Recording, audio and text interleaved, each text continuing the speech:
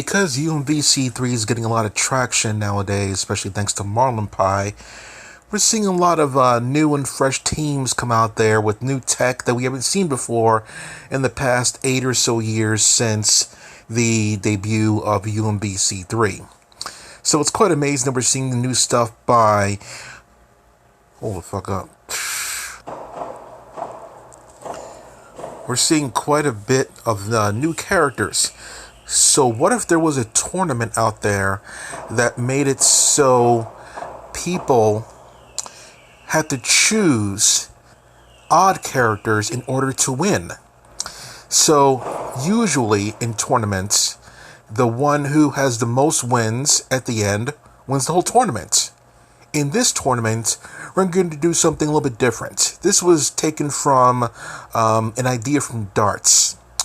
In darts, you can play the game in which the most points win, but then there are those that get a win by getting a certain amount value exact at the end. It's kind of complicated, but like instead of going for, the best score, the one who can achieve the closest score to 0, I guess, in the end, you win. So it's not like that one, but in this case, it's based on points, the regular, simpler point system from darts. So the one who has the most points at the end of this one wins. So for this format, it would be, we have 5-point characters at the top, 4-point, 3-pointers, and 1-pointers at the bottom. So in this tournament, just for using a 5-point, 4-point, 3-point, or 2-point character, you get points on the board just for using them. If you win with those characters, you get double those points. You can mix and match whatever in between to get points. The only caveat is the 1-pointers will only count just for using them. If you win with that particular person on your team, you get no points. In addition, every person in the tournament has a quote-unquote punch-out card, probably like an app or something like that. A punch-out card. You can only use a 1-point character in any way 3 times for the entire tournament. Once your ticket card is punched, you can no longer use a 1-point character to quote-unquote eke out easy wins.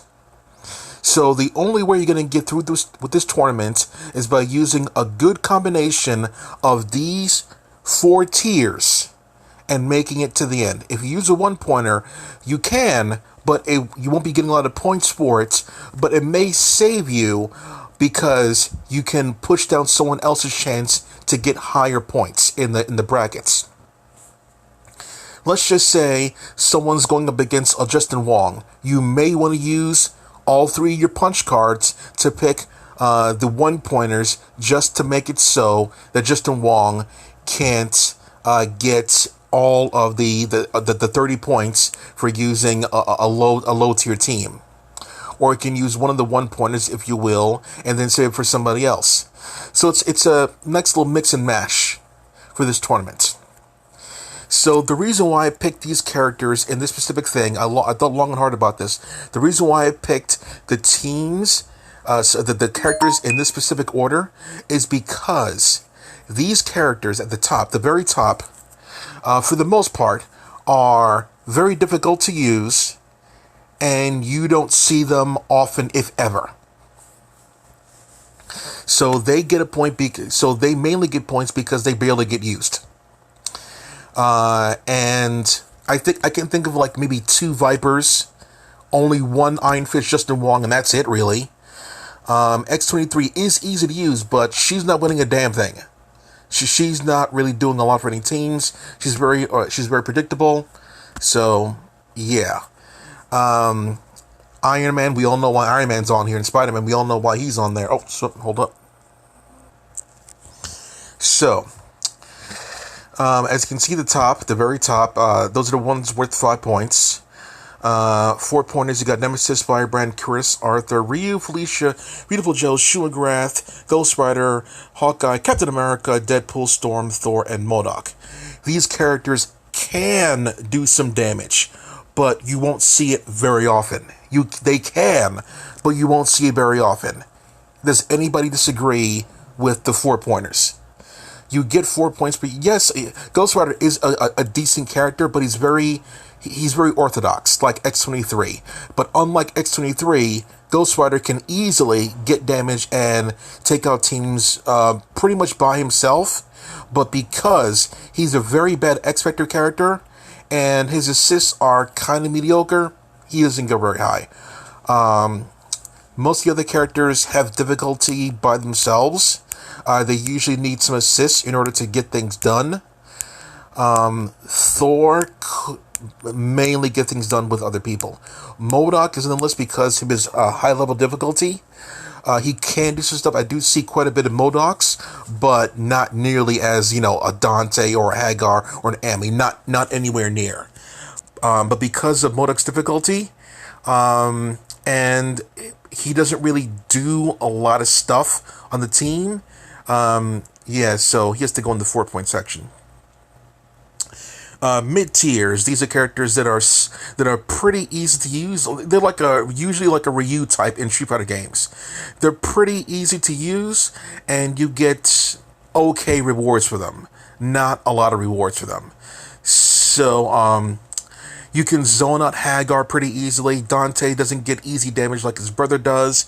Frankie actually needs to level him up to do something. Amy, good level 3 character, but that's only in the right hands. Wolvie, same thing. He easy to use, but only easy to use. But you can zone him out pretty easily. Super Skrull, you won't see many Super Skrulls out there, but he is very, very dangerous because he has all the tools in the world to win, but nobody uses him. Taskmaster, same thing. He has a lot of tools, but no one really uses him. Rocket, you see on... Nah, you don't see him in a lot of teams, really. But his main strength comes in his assists. But he doesn't get a lot of damage by himself. And Hulk can do big damage by himself. But he usually needs an assist in order to get things done. So that's why he is a 3-pointer. Strider Hiryu, his homing attack, that's enough said right there. He has a homing assist right there. He has a homing regular special attack. He can do big damage on any team. He works well with any team. Wesker, all you need to do is just pop a super at any point, and he automatically gets a boost. He plays really good. He's really cheap keep away. Wesker does. And he has a good combo potential with other characters. Nova, he's really good in any situation. He has good cross-ups. He has good lows, overheads. Doctor Strange, he has loops. And he has good stopping power and good mix-ups. Need I say more? That's why he's 2 points. Dormammu, Stalking Flare. Enough said.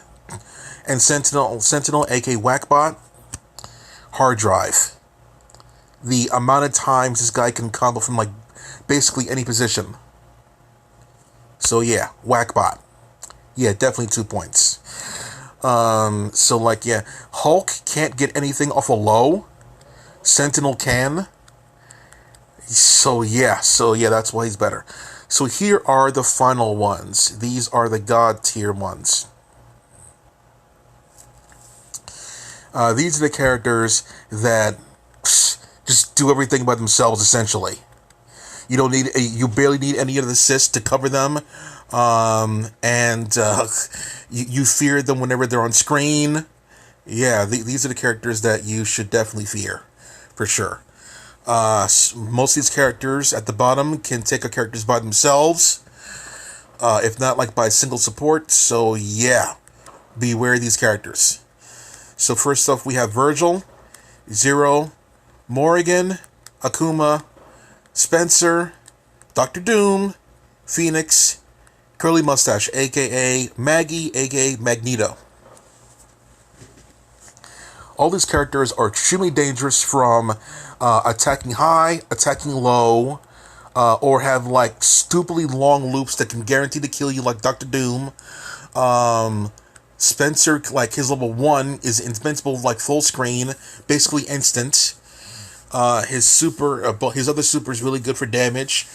His regular combo strings are really good for damage as well. Akuma's assist is invincible, and he does like insane damage by himself. He bounce you all across the screen. He could combo his fireball into another fireball. He could combo his level 3 into level 1 as well. Morrigan, Bullet Hell, Standing Low, cross-up attacks with the jumping S. Zero, I don't need to say why Zero's good. And Virgil, I don't need to say why Virgil's good. So there you go. So, if I were to have a tournament, you can only use these bottom characters 3 times period in the tournament. And they would mainly be used to mess up, like try to mess up your opponent to not getting as much points so you can get bigger points, or someone else in your pool can get other points there so they don't place as high.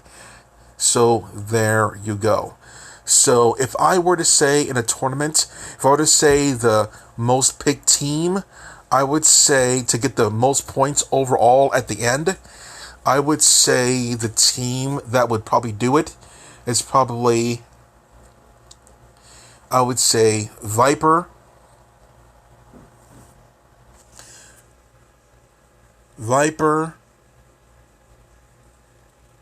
Amy,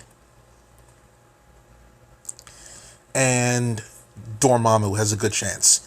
So who do you think in this list can do the most damage in that tournament? Get the most points, you know? So who do you think would make it all the way to the end?